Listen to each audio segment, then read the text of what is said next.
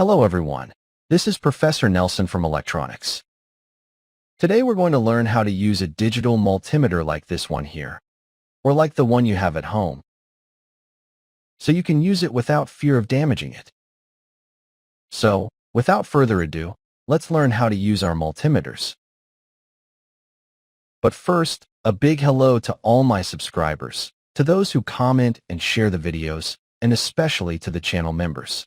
A big hello to all the channel members. Guys, thank you so much for your support. Seriously, thank you so much. And if you're not yet a channel member, you can become one in the members section. Without further ado, let's continue with the video. Alright, the first thing we'll look at are these two probes or cables, which you'll use to measure different components. Regarding the cables, you should know that the black cable should always be connected to the terminal labeled COM. And the red cable can be connected to this terminal. Or here. That will depend on what you want to measure. But generally, it's usually connected to the terminals labeled V and omega, that is, voltage and ohms. Now let's talk about voltage. We have two types of voltage, direct current voltage and alternating current voltage.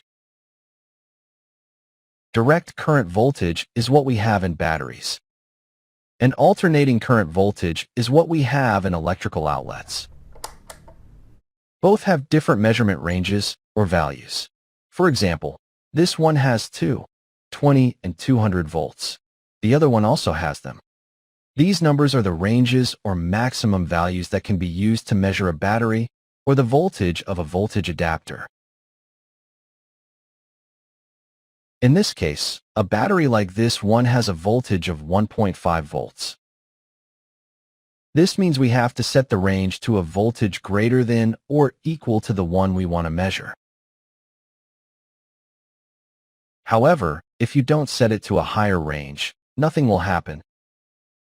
The multimeter won't burn out. For example, let's do a test.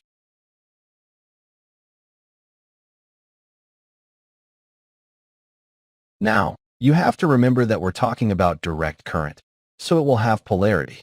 It will have a positive terminal and a negative terminal. For example, if I measure it correctly, we'll get 1.5 volts. But if I measure it incorrectly, the multimeter will show minus 1.5 volts, indicating that I'm measuring it backwards. Now, what happens if I want to measure a battery with a voltage higher than the range I chose? Let's see what it shows. It will display that symbol, indicating that the measured value is higher than the selected range. Therefore, we must increase the range. And we measure again. And we get 3.9 volts. And in this way, you can keep increasing the range to see what voltage a battery or an electronic board delivers.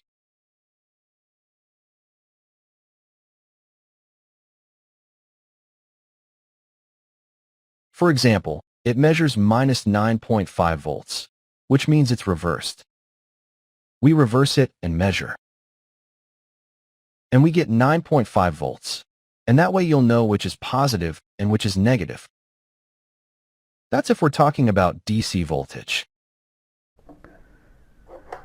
In the case of alternating current voltage, it doesn't have polarity, so it doesn't matter which probe you put in which socket of the outlet. However, in this case, you must be more careful since it is alternating current.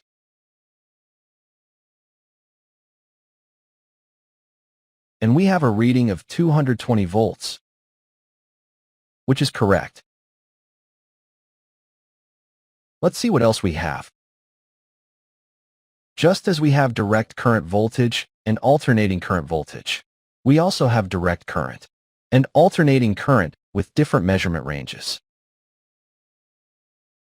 However, you have to keep in mind that you will have to move the red probe, if necessary, to where it says MA for milliamperes or where you see the letter A for amperes. If the range or current you are going to measure is less than 200 milliamps, both in direct current and alternating current, you place it in the Ma terminal. If it is greater than 200 milliamperes, you place it on the A terminal for amperes. We select 200 milliamps.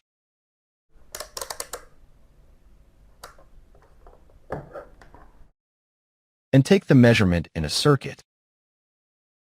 But remember that current is always measured in series with the circuit. That is, first we have the positive source, then the load.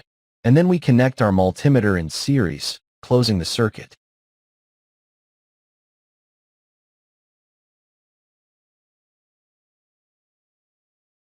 There we have 40 milliamps. In this way, you can measure the energy consumption of a circuit, whether it's direct current or alternating current.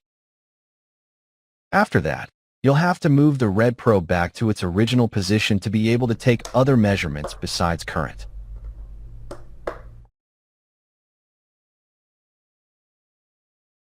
Then we have the unit of measurement for resistance, or the ohms range, in which we have a wide range. We have 200 ohms, 2 kiloohms, 200 kiloohms, up to megaohms.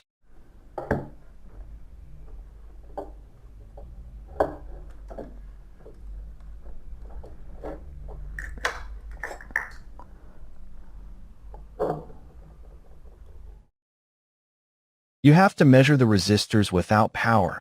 That is, there shouldn't be any voltage in the circuit. Okay, let's measure.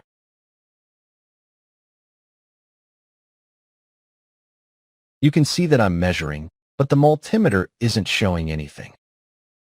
That means the value I'm measuring is very large, so we'll move the selector until we get a reading.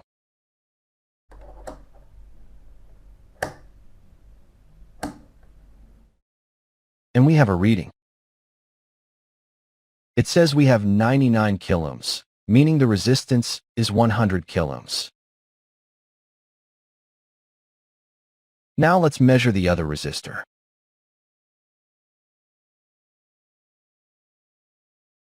It's a very small value, so we'll lower the scale to see its value better.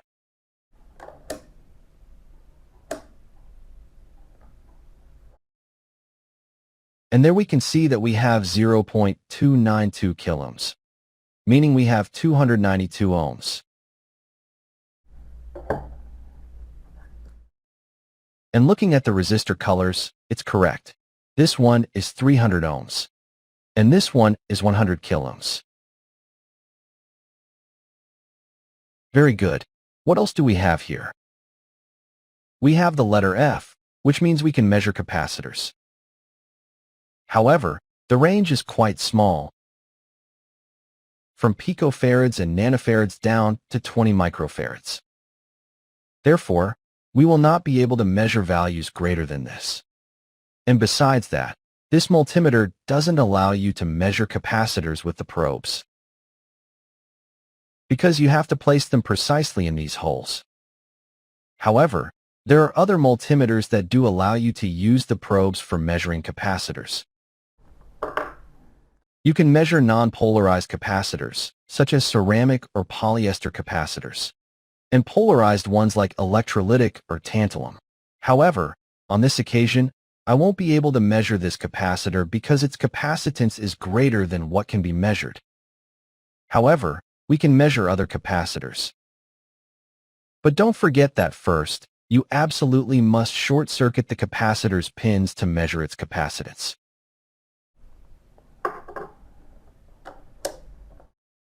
In the case of this polyester capacitor, it says that it is a 1 microfarad capacitor.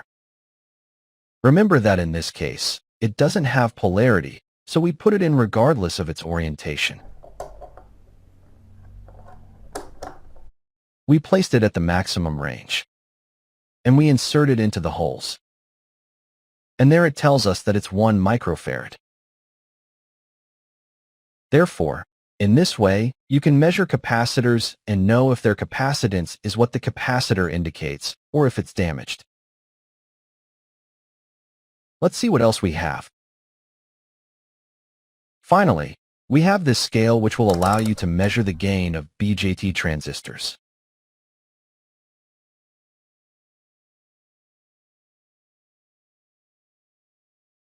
Here I have a BJT transistor. This one here is the BC547. It's an NPN BJT transistor. To install it, you need to know the pinout, which pin is the collector, which is the base, and which is the emitter. Once you know the pinout, we insert it.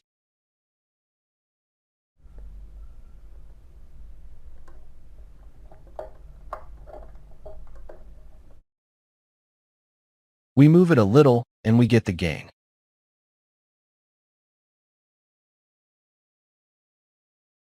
It's 409. That's the gain of this BJT transistor. And here we have another BJT transistor. This one is a PNP type. We insert it.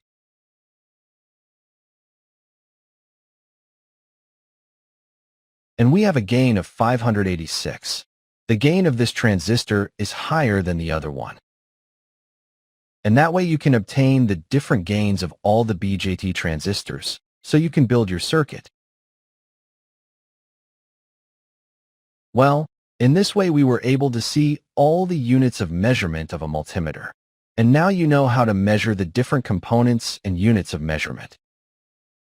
However, don't forget that if you like the video, a like really helps the channel. See you in the next video. Bye-bye.